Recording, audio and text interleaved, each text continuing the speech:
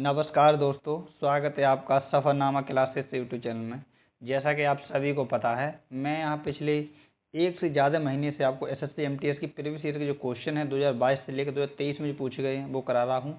और आज की क्लास में मैं आपको कराऊंगा 15 जून 2023 के थर्ड शिफ्ट का ये क्वेश्चन पेपर है और ये हमारी क्लास नंबर जो है वो 48वीं है। तो चलिए बिना किसी देरी के हम इस क्लास को शुरू करते हैं।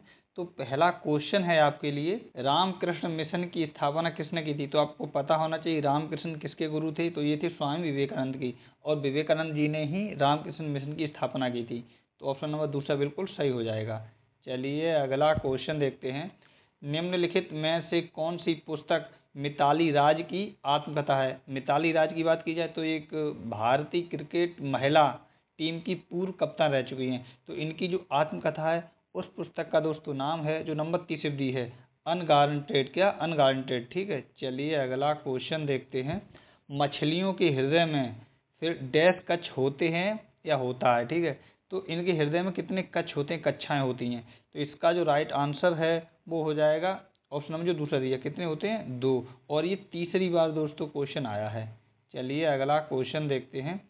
निम्नलिखित में से किसे वर्ष 1956 में भारत सरकार द्वारा सभी मौजूदा निजी क्षेत्र की जीवन बीमा कंपनियों का राष्ट्रीयकरण करके स्थापित किया गया था?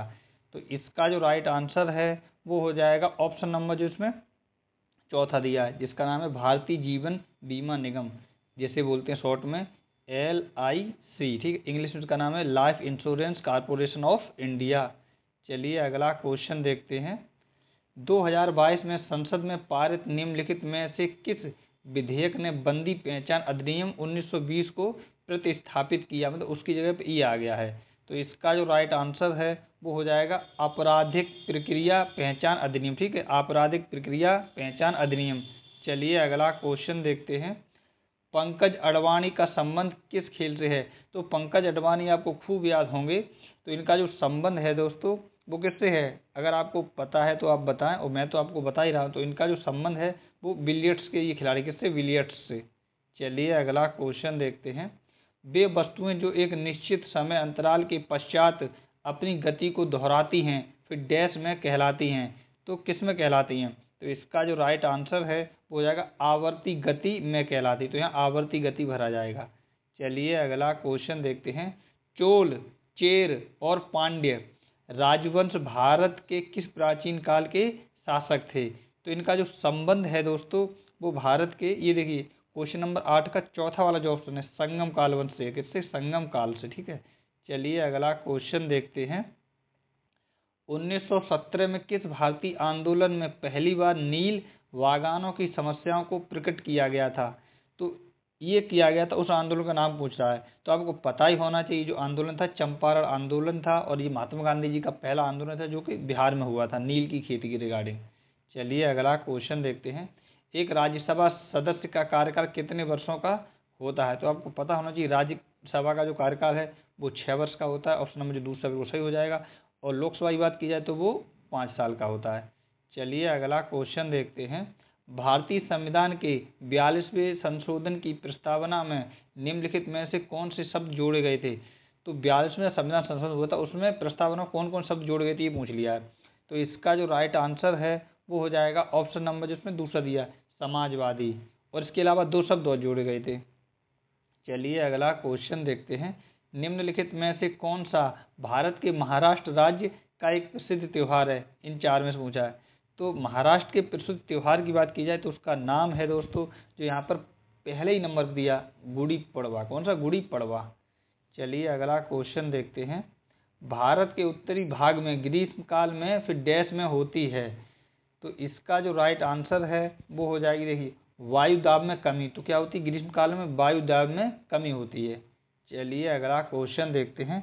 कथकली नृत्य शैली की उत्पत्ति निम्नलिखित में से किस राज्य में हुई है? तो आपको पता होना चाहिए भारत का एक राज्य ऐसा है जहाँ के जो नृत्य हैं वो 2 हैं। ठीक है। तो वो नृत्य की बात की जाए तो एक कथकली और एक और है, कौन सा? मोहिनी अट्टम। तो इसका जो राइट आंसर है वो हो जाएगा, राइट आंसर इसका केरल। किसके? केरल। और केरल राज्य के 2 नृत्य हैं, एक कथकली है और एक मोहिनी अट्टम है। अगला क्वेश्चन है। मध्ययुगीन शब्द रस का अर्थ क्या था? तो इसका जो अर्थ था वो आज के समय के हिसाब से नृत्य था। चलिए अगला क्वेश्चन देखते हैं। एक खेल से संबंधित फिल्म अजहर 2016 में जो आई थी, निम्नलिखित में से किस खेल पर आधारित है? तो इसका जो राइट आंसर है वो हो जाएगा ऑप्शन नंबर जिसमें दूसरा दी क्रिकेट से। और अजहर ये अजहरुद्दीन के ऊपर फिल्म बनी थी, जो भारतीय क्रिकेट टीम के कप्तान भी रह चुके हैं, तो इससे पता लग जाना चाहिए आपको कि क्रिकेट से संबंधित है। चलिए अगला क्वेश्चन देखते हैं। किस भारतीय मंत्रालय ने जम्मू और कश्मीर पुनर्गठन विधेयक 2019 पेश किया था? तो वो मंत्रालय है दोस्तों जो तीसरा दिया गृह मंत्रालय, क्योंकि जो भारत के अंदर चीज़ होंगी तो वो गृह मंत्रालय के अधीन आती हैं। चलिए अगला क्वेश्चन देखते हैं। नर्मदा नदी का उद्गम किस राज्य में स्थित अमरकंटक की पहाड़ियों से होता है? तो उस राज्य का नाम पूछ लिया। इसका जो राइट आंसर है वो हो जाएगा मध्य प्रदेश। मध्य प्रदेश में स्थित है अमरकंटक की पहाड़ियाँ। चलिए अगर क्वेश्चन देखते हैं। अगला क्वेश्चन है आपके लिए, निम्नलिखित में से कौन कुचिपुड़ी नृत्य शैली से संबंधित नहीं है? तो उनके नाम पूछ लिए हैं। तो इसका जो राइट आंसर है वो हो जाएगी, देखिए तीसरा वाला जो दिया है घनकांत बोरा बोयायम, ठीक है, तो ये इससे संबंधित नहीं है। बाद बाकी तीनों ही जो हैं वो कुचिपुड़ी से संबंधित हैं। चलिए अगला क्वेश्चन देखते हैं। वे रक्त वाहिनियाँ हैं जो कार्बन डाइऑक्साइड समृद्ध रक्त को वापस हृदय में ले जाती हैं। तो इसका जो राइट आंसर है वो हो जाएगा ऑप्शन नंबर जिसमें तीसरा दिया है सिराएं। सिराएं कहते हैं उनको। अगला क्वेश्चन है, सोडियम चतुर्भुज निम्नलिखित में से किस शहर को नहीं जोड़ता है? तो चार शहर को जोड़ता है, तो इनमें वो चौथा शहर कौन सा है जो नहीं जोड़ता है? तो इसका जो राइट आंसर हो जाएगा भोपाल। भोपाल इसमें नहीं जोड़ता है। अगला क्वेश्चन है, बौद्ध स्थापत्य कला के स्मारकों में प्रार्थना कक्षों को डैश कहा जाता था? तो प्रार्थना कक्षों को दोस्तों कहा जाता था चैत्य गृह। क्या कहते हैं? चैत्य गृह। चलिए अगला क्वेश्चन देखते हैं। निम्नलिखित में से कौन सा भारतीय राज्य क्षेत्रफल की दृष्टि से सबसे बड़ा है? तो क्षेत्रफल की दृष्टि से सबसे बड़ा राज्य पूछ लिया, और ये तो आपको पता ही होगा, ये है राजस्थान। जनसंख्या की दृष्टि से उत्तर प्रदेश है। चलिए अगला क्वेश्चन देखते हैं।